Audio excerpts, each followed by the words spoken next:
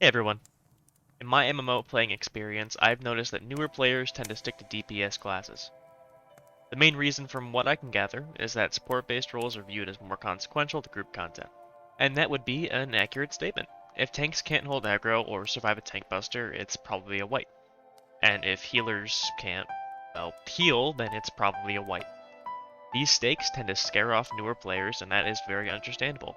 In fact, this current raid tier in FF14 has some of the hardest hitting tank busters and raid wides in the game, meaning that playing your support role effectively is more important than ever. But I'm here to tell you today that there is no need to be afraid. With enough practice, anyone can tank or heal effectively. Today I mainly want to focus on the ins and outs of tanking in Final Fantasy XIV. This is more of a beginner guide from someone with several years of experience tanking in MMOs, so please keep that in mind. Okay, so first and most important thing is tank stance. Every tank has one. This is what helps you get and keep aggro. Dungeon environment where you are the only tank, this is on all the time. In a raid environment, you want to use this if you're the main tank, meaning that you're the tank who currently holds aggro, or if you're preparing to take the boss, or if there's split tank buster, which I'll get into all that in just a minute.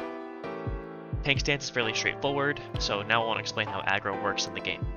Anonymity is what the game uses to determine what player currently holds aggro. An easy way to tell who has aggro is by looking at the group list. The player with an A next to their name holds aggro. And for the rest of the players, you'll see a number next to their name, 2 being next and 8 being last. This is typically determined by DPS or healing output. Now, why is this important? Remember when I mentioned split tank busters? Well, tank busters normally target whoever has aggro, but split tank busters target the 2 players who have the most aggro. Meaning, if you are in a raid and you are off-tanking, meaning you don't have the boss, you want to be number 2 so you get hit with the buster. If you're not number 2, the highest DPS will be targeted. It is pretty funny to watch all the DPS scatter, but if you actually want to make progress, you're going to need to mind your aggro. So besides tank stance, how does a tank hold their aggro? Well, every tank is given an off GCD button known as Provoke. Provoke instantly gives you the boss's attention, making you number 1 in aggro. You'll most commonly use it when tank swapping. Tank swaps typically happen after tank busters. Sometimes you'll use Provoke whenever you pull a boss, and sometimes if you die mid-fight, you'll use Provoke to keep aggro above DPS in a raid setting. But don't shy away from using it in a dungeon setting. For example, if you miss a mob with your big AoE attack, you can always pick that one off using Provoke. To summarize this section, make sure you use your tank stance and keep your eye on your aggro. If you notice you're not number 2 during a raid encounter, turn your stance on in case of a split tank buster. I know for a fact that half the fights this tier have split tank busters, so this is especially important. Lastly, make sure you're taking full advantage of Provoke. Sometimes during a raid encounter you can turn your tank stance off and Provoke. This will give you immediate control of the boss, but since stance is off, aggro will immediately go back to the main tank, leaving you with the number 2 spot. Next I want to go into Mitigation. Mitigation is what tanks use to mitigate damage. Every tank has access to 3 spells as well as some abilities that are job specific. All tanks get Rampart, a 20% flat damage reduction that lasts for 20 seconds. This is good for tank busters if paired with other mitigation abilities. Next is Reprisal, which is great for raid wides that hurt everyone. Reprisal is a debuff that reduces damage dealt by 10%. Another obvious application of this is during group pulls and dungeons. The last ability that is forgotten by most tanks is Arm's Length. This ability can be used for mitigation in dungeon environments. This will give any mob that attacks you the slow debuff. I typically use it with Reprisal. No matter what you use it with, just make sure that you use it in your dungeons.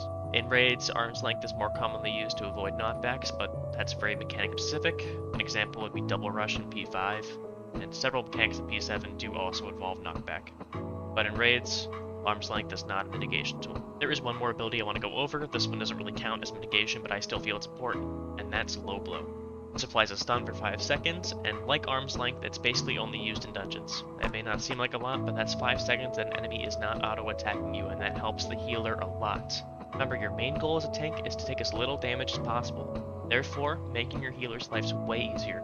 Use everything, including Low Blow. Also, before I forget to mention, just about every mitigation tool, including those mentioned above, are off the GCD, meaning you never lose uptime using them. So those are the abilities that every tank has access to, but every job also has mitigation of their own. Gunbreaker, Dark Knight, and Paladin all have 30% damage mitigation that lasts for 15 seconds. Like Rampart, this is something that I typically save for tank busters or big pulls. I never suggest using one of these abilities and Rampart at the same time due to their long cooldowns. I recommend using one of these abilities in conjunction with other mitigation abilities that come with your toolkit. Abilities such as Holy Celtron for Paladins, Blackest Night for Dark Knight, Heart of Corundum for Gunbreakers, or Blood Wedding for Warriors. Blackest Knight in particular is a job-defining ability. I suggest using that whenever you know big damage is coming, while also saving it for big tank busters. Now, for some tank busters, using 2 abilities alone is not enough. Again, this current raid tier, there are a lot of hard-hitting tank busters.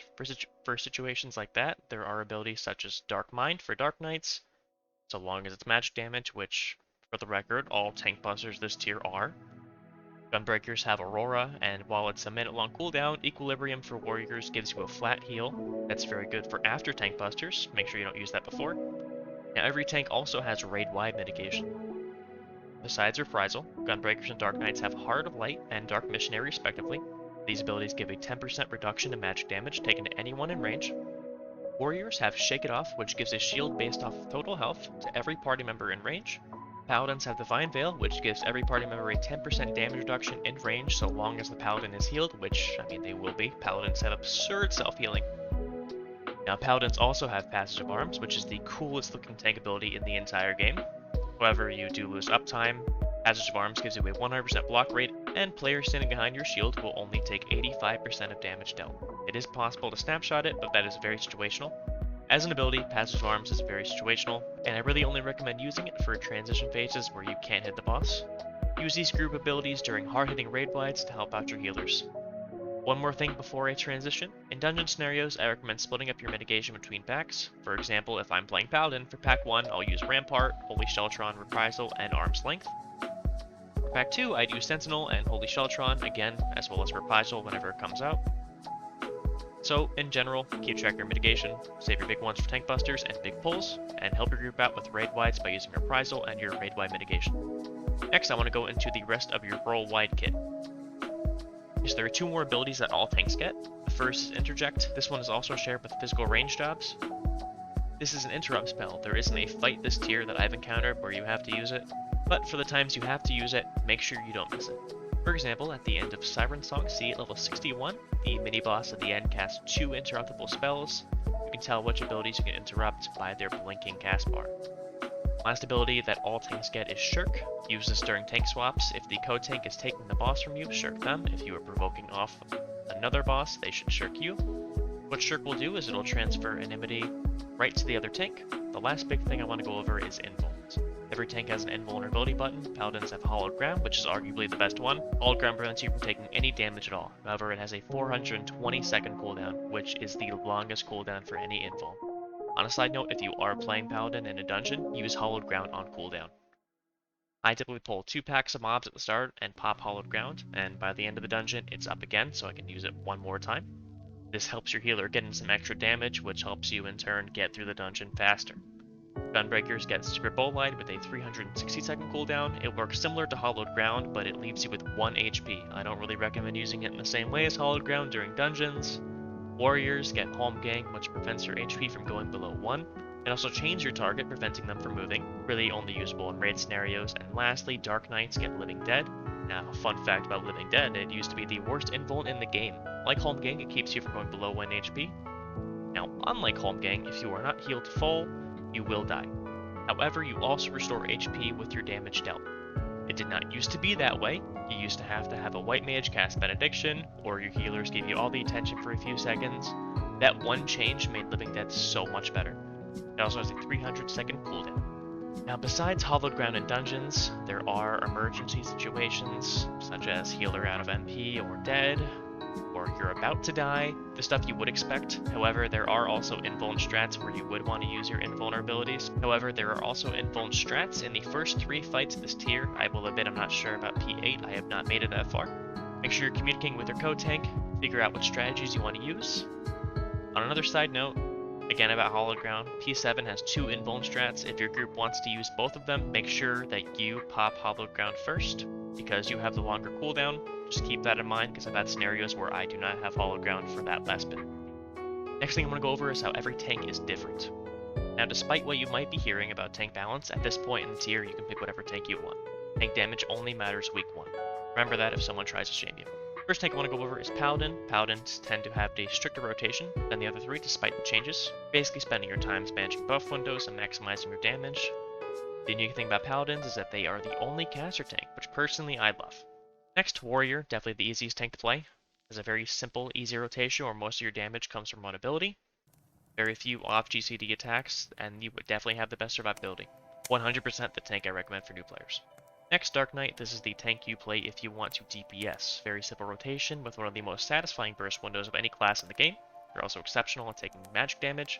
Just keep in mind that you have an absurd amount of off GCD abilities, which means you have to weave a lot. Lastly, Gunbreaker, right now considered to be the best tank. Very high damage, very good mitigation, it's very hard to go wrong.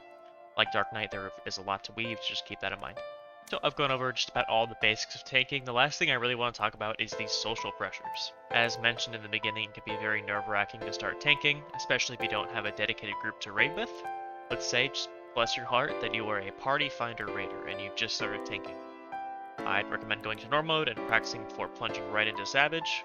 Do your best to learn the mechanics and communicate with your party.